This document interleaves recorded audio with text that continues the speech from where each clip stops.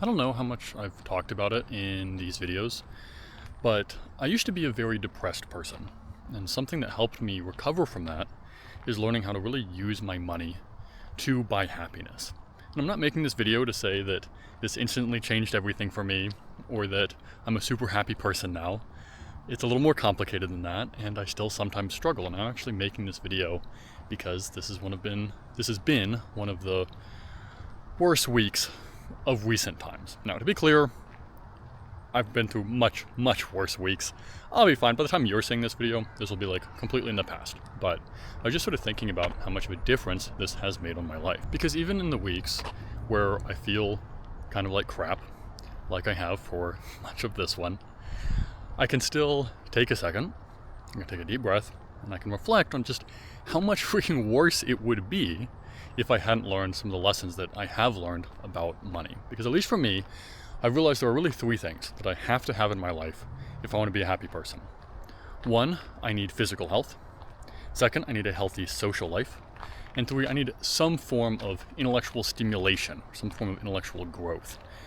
If I'm in pain, if I feel lonely, or if I feel like I'm stuck and not learning, not growing, that is when I become a very unhappy person. So in a way, this video is really about how to buy happiness. And I want to talk through how to use money to fill those three buckets that I felt like I needed.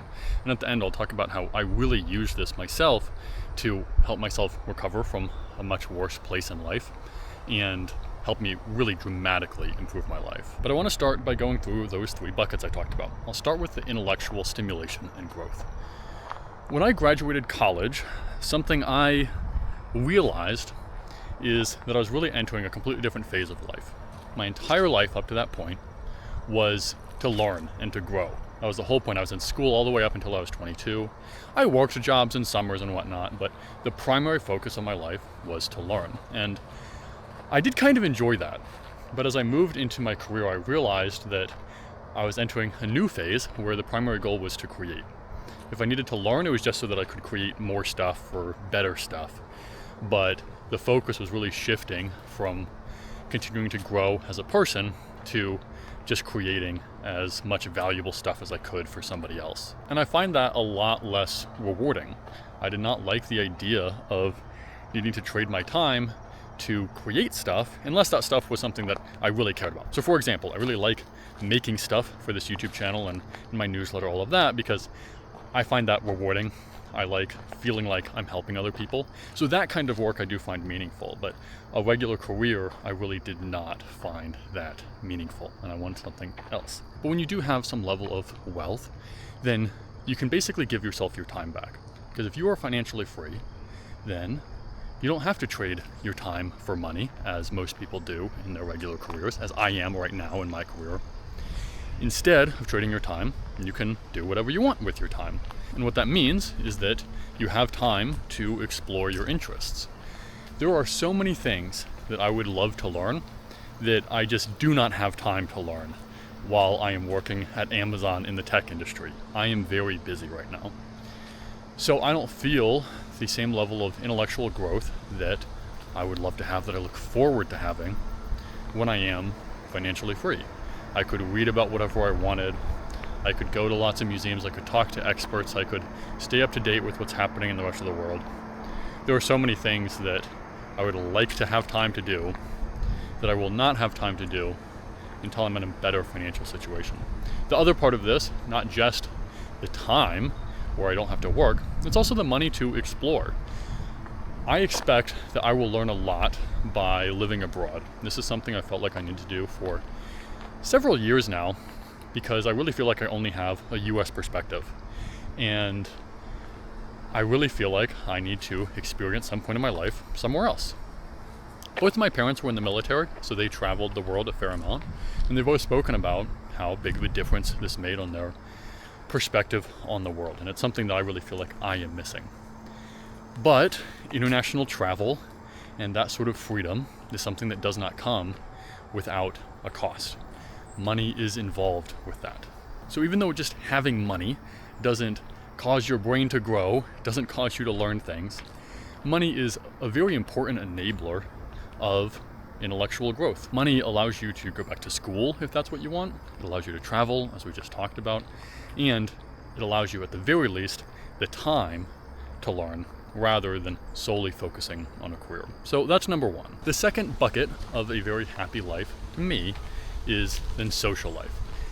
And since I've begun my career, I really have not had that much time to develop a social life that I'm really proud of. I spend 8 hours a day at work, sometimes more. I really don't have great outlets for building a social life that I am deeply proud of. So since beginning my career, really a lot of my community is this, talking to you all, talking to people in the comments. I created the Savor Circle, which is a free community. I spend a lot of time there as well. You're welcome to join, it is free. This really is my community. I also meet people through the gym. That's where I've met some more local friends, but I haven't built extremely deep relationships through that.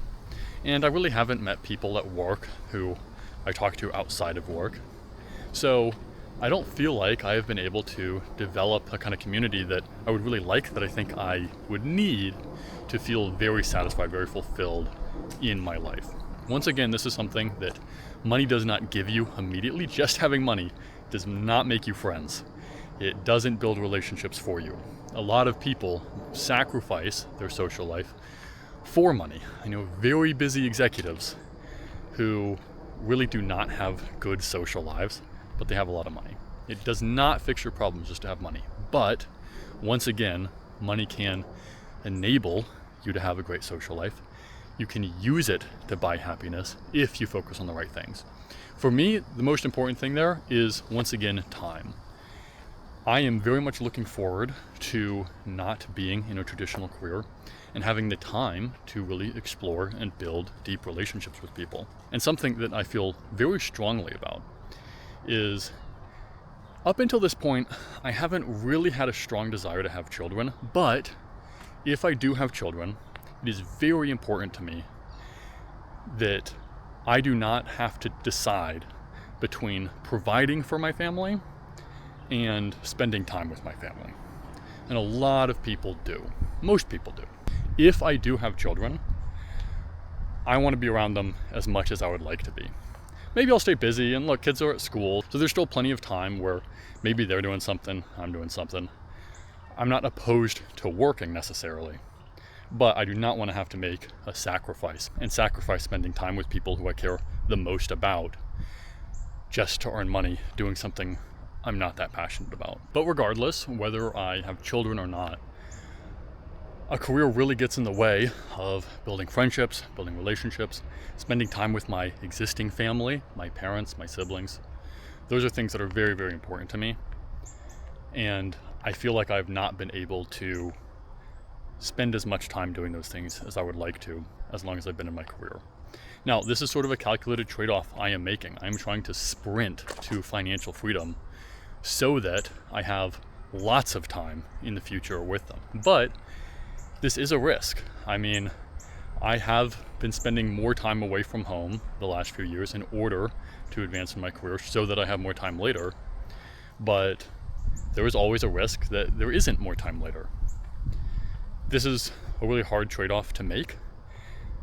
There is a world, and there are other people who would instead go, I'd rather work a less demanding job and spend more time with people during my career. It's hard to say. For me, given how fast I know I can reach financial freedom if I really double down, it is a calculated risk that I am taking, but there's not a right answer here. It is something that I sometimes worry about. Regardless, when I do have financial freedom, this is how you buy happiness. Money gives you the freedom and the time to go spend time with people, experience the world with them, experience life with them in a way that you just really couldn't if you didn't have financial means. And last is physical health. Once again, just having money is not going to make you a healthy person. I know a lot of people at my company who trade their physical health in order to advance in their careers. They do not take the time to work out, stay fit, stay healthy. This is something I am trying to prioritize even during my career. I take my fitness very seriously. But even so, there was more that I could do. There's more that I would like to do. And once again, this is an area where if you want to, you can use your money in order to become a healthier person. And it does this in a few ways. One, again, repeating theme, is it gives you time. If you are financially free, then you can spend the time that you have the way that you want to, and you will have the time to prioritize your health, go to the gym, get outside in nature, do all of those things that many people feel like they do not have time to do while they're in a career. It also allows you to pay for expensive gym memberships, pay for care, pay for whatever you need that will help you improve your health. Some people take this to a real extreme. I don't know what the right answer is. I'm still relatively frugal in this regard, but it certainly is helpful to have money, and you certainly can invest a lot of money in your health. But of course, maybe the really big thing is that it makes sure that you can afford the care that you need in the future. Especially if you're in the US, this is a really big thing for a lot of people. There is a lot of anxiety about the cost of care as people get older, and people can spend hundreds of thousands of dollars on care when they're older people. So by taking care of your money, you can buy happiness in that you can afford a lot of the care that keeps you healthy. Again, money by itself will not make you happy, but when you can trade that for physical health, intellectual growth, a social life, then in those ways it can buy you happiness. It can provide all the ingredients that you need in order to have a healthy, fulfilling, pleasant life that you would not have otherwise if you did not have wealth. So I wanted to talk a little more about my story, because one of the reasons that I make all the videos that I do is because this stuff literally changed my life. Learning about money, learning how to control my money, completely changed my life. And I don't think it's unfair to say that it's possible that it saved my life. It was that big of a deal. And the reason is because up until really all through my teenage years, I'll say, I didn't feel like I had any of the three things I've talked about. I was in a lot of pain, mostly just like growing pains, but lots of injuries from various things. I did not feel like I had a good social life. I felt very lonely and somewhat, yeah, I'll just leave it there. And I didn't feel like I was reaching my potential intellectually either. I felt stuck. I had very high ambition that I really wasn't reaching. And I guess that goes for all three things. I had very high ambition for my physical accomplishments, for what my social life and my relationships would look like, and for my intellectual accomplishments. And I really did not feel like I was living up to any of them. So I was not in a good spot. But when I started learning about the financial freedom movement, it didn't fix any of those things overnight, and it won't. I mean, just knowing about, I didn't win the lottery, so it's not like I instantly had more money overnight. And just knowing how to manage finances better doesn't fix anything by itself anyways. But what learning about money did give me is something which is maybe just as important, which is it gave me a lot of hope. At that point in my life, I didn't really see sort of the way out. I had very little hope for the rest of my life, and I didn't really see a world in which I was going to be happy and fulfilled, and that is not a very good feeling to have. So when I learned about money, and I started to connect the dots, and I started to understand what I did need to be a happy person, I started to realize that I needed this physical health, the social life, the intellectual growth. These are all things I was realizing at this time. And I started to realize that money is a tool that I could use to give myself all of those. And it gave me a sense of control over my life that I had not felt up until that point. I felt like I had very little control and very little hope. When I learned about money, I realized that even though I didn't know exactly what I wanted my life to look like, there was at least a world where if I took care of my money and if I gave myself some level of financial freedom, then I could at least choose what my life looked like. And I figured that if I gave myself that choice, there was probably some option, some world where I would end up a happy person. So before I knew what I needed to be a happy person, I at least had hope that I would have that option. And that was really the paradigm shift, the big mindset change for me that learning about money provided. And it's the reason that it changed my life so much. And so learning about money didn't instantly fix me. I wasn't instantly cured of my mental issues, but it was a massive step in my recovery from that period of my life, because there was really nothing worse than feeling like you don't have control of your life. Even if your life is pretty good, there's been studies on this. Even if you have a lot of things that you would choose, if you feel like you didn't have a choice in it, people are often still kind of miserable. When I learned about money, I realized I had control, or I could have control.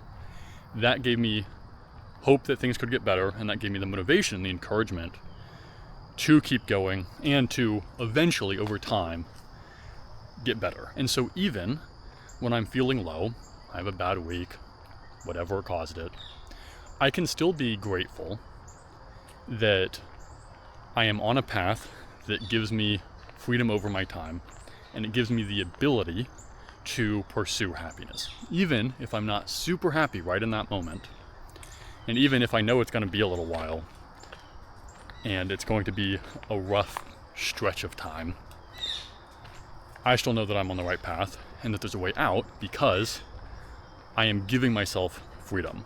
So if I don't like what my life is like right now, I know it doesn't have to look like that forever.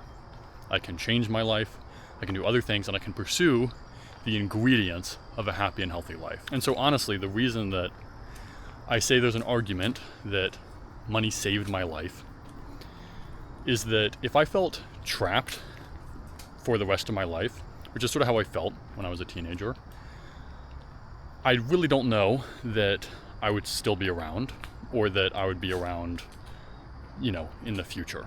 I think that's not a life I would look forward to. But I don't feel trapped anymore. So now I can feel sad, I can have bad days, but I know that how my life goes is a choice.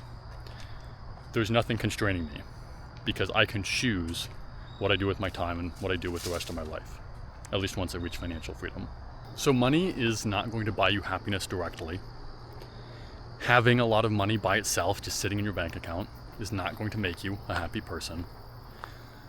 But if you truly know how to use money, and you know how to use money to give you the things that you need, which are important parts of having a healthy and fulfilled life, then money really can buy happiness. And again, for me, those three things. I need to be healthy, I need to have a healthy social life, and I need some form of intellectual growth, feeling like I'm growing as a person. If I have those things, I know my life is going to be pretty good. And those things might be slightly different for you, but the point is that if you control your money, you can use your money to give yourself all of the things that you need, all the elements of a happy, rewarding, fulfilling life that you're happy to be living. And that really is how you buy happiness. You give yourself the freedom, the time, the ability to explore all of the things that you need in your life in order to be content with it. And I've talked this whole video about how to buy happiness, but something else that money can do is it can buy down unhappiness. What I mean by that is it can remove a lot of the things that make you a less happy person. And that can be a lot of different things, but I think maybe the most common one I see is just stress. Stress is something, or at least stress about money specifically, is something that you don't have to feel. You can buy down that stress, buy down those negative feelings, if you take care of your money wisely. So I actually talked about that in this video that's coming up on screen right now. One of the people I worked with who not only tripled his savings in a month, but he also became a much happier person, largely because of how it changed his relationship with his stress and his feelings of what the future could hold.